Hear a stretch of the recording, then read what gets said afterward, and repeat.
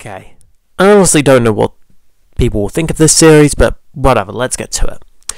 Sonic Forces, a game that was released back in 2017, and a mixed response. A lot of people were very hyped for this game, especially since what Sega and Sonic Team were going to do with it.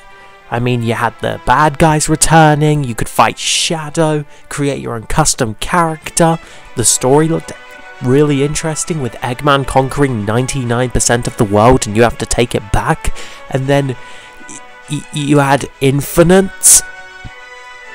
I mean, what could go wrong? Oh yeah, it wasn't that very good. Don't get me wrong, people who like this game, that's great. If you like it, good. But it just felt disappointing, the story as well.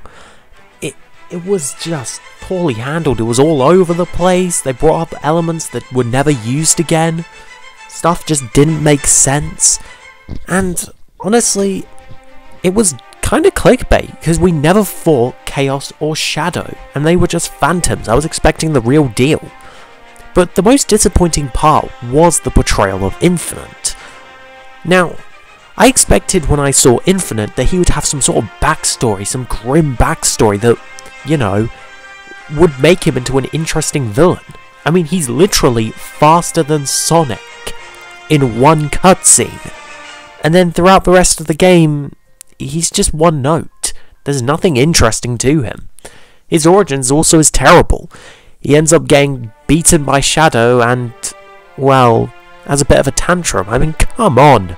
I mean, it's laughable compared to Mephiles, a villain who straight up killed Sonic in one of the games that everyone dislikes. But at the same time, everyone likes 06 because, well, the soundtrack's great and Mephiles is in there, and Silver, so yeah. But besides that, I've decided in this series, I'm going to rewrite Sonic Forces in the way that I would portray the game. I would fix a few things and mostly remove some elements, but still keep some elements in there to still keep it, you know, Sonic Forces related. So the first thing I will be starting with is Infinite. I will be doing episode Infinite. And yes, I'm giving Infinite a full-on episode because then we get to know a bit more about his character. So we'll see him kind of progress through a bit of a change throughout this episode, episode Shadow, and the main game, to becoming into his own villain. And I thought that would be a cool idea as we see more development of Infinite. And we get to see more of Eggman's kind of grander scale and control over the world. So, I suppose we should start with Infinite's story then.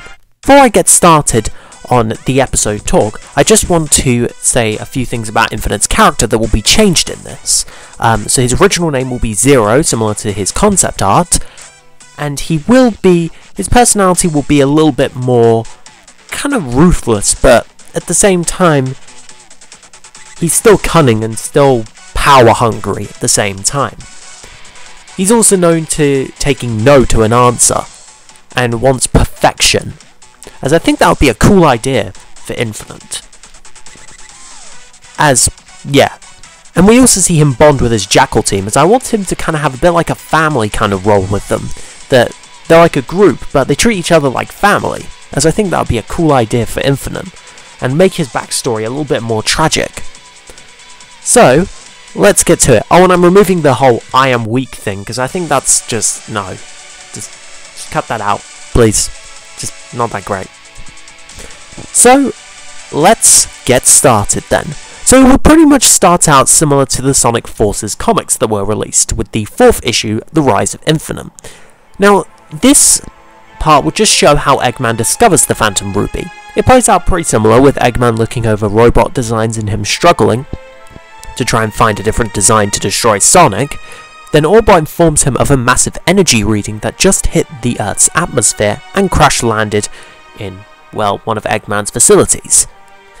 Eggman, along with his minions, discover its power, and as soon as Eggman touches it, it shows him Eggman Land.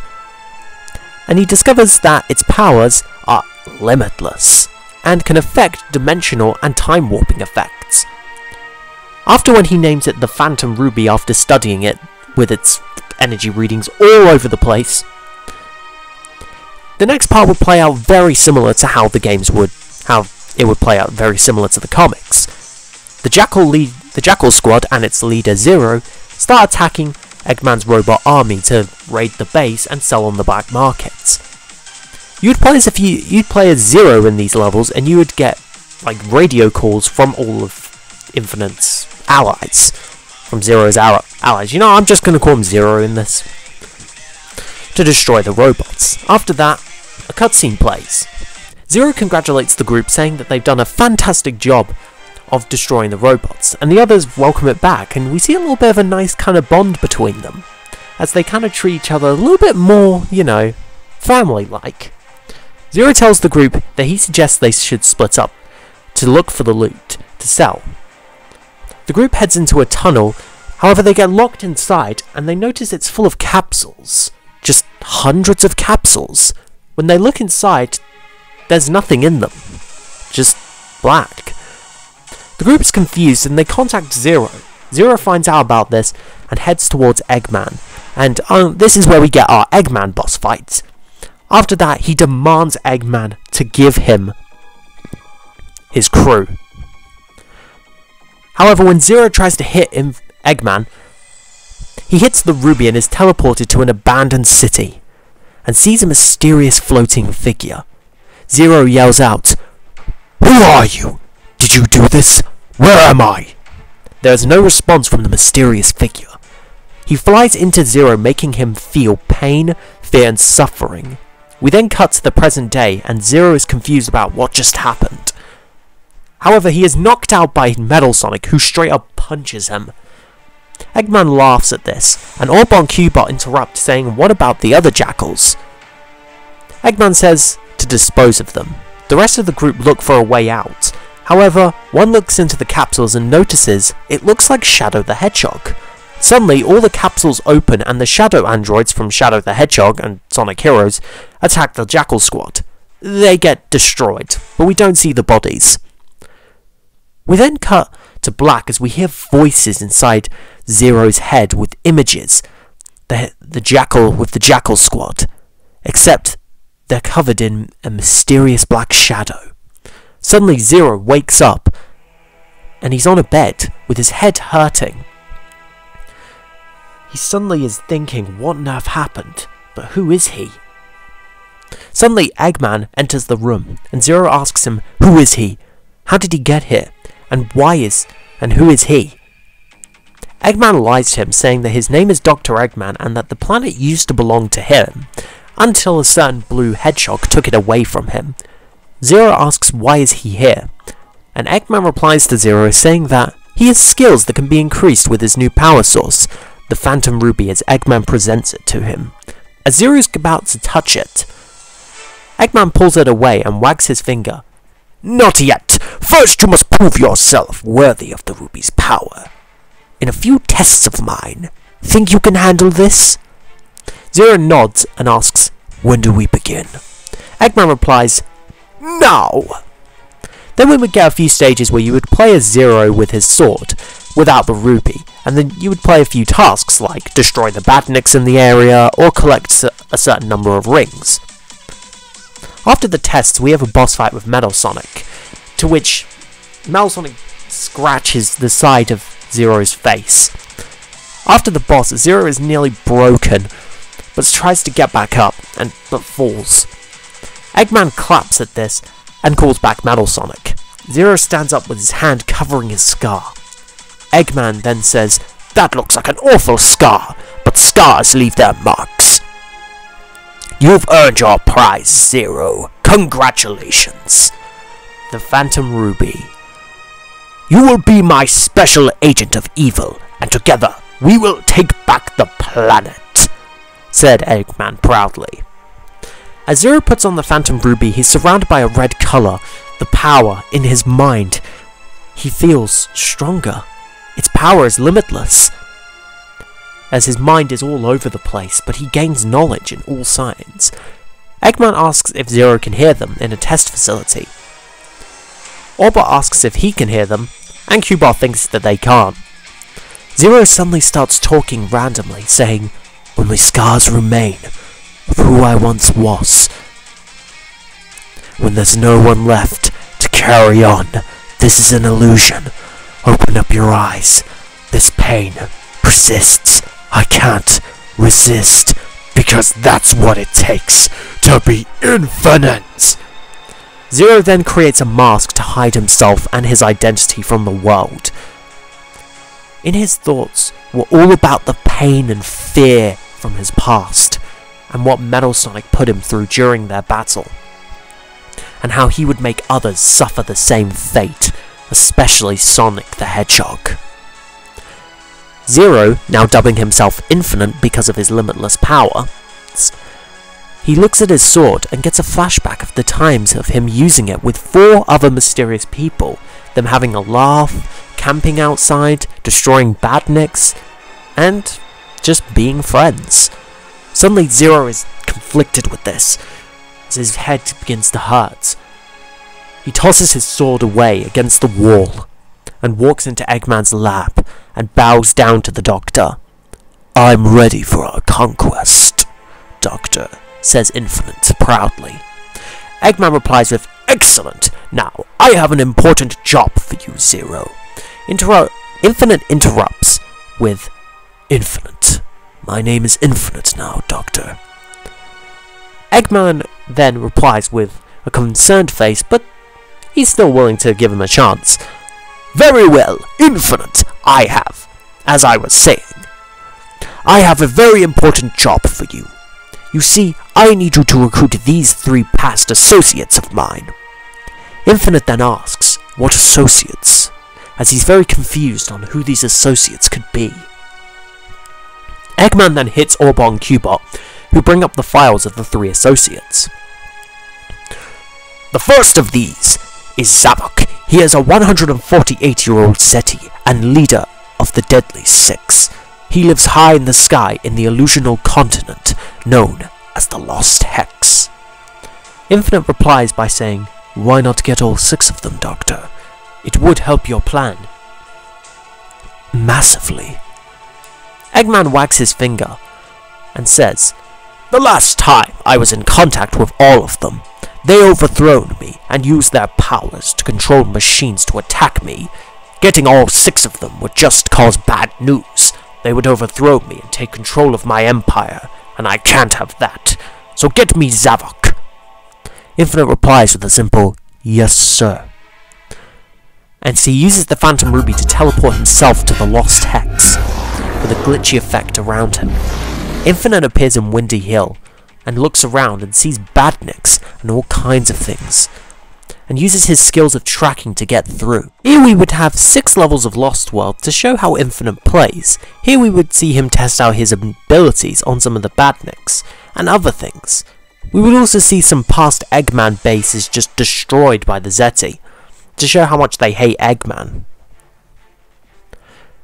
After these 6 stages, there's a cutscene that shows Infinite walks slowly in front of Zeti Castle, which is a base that the Zeti remade from Eggman.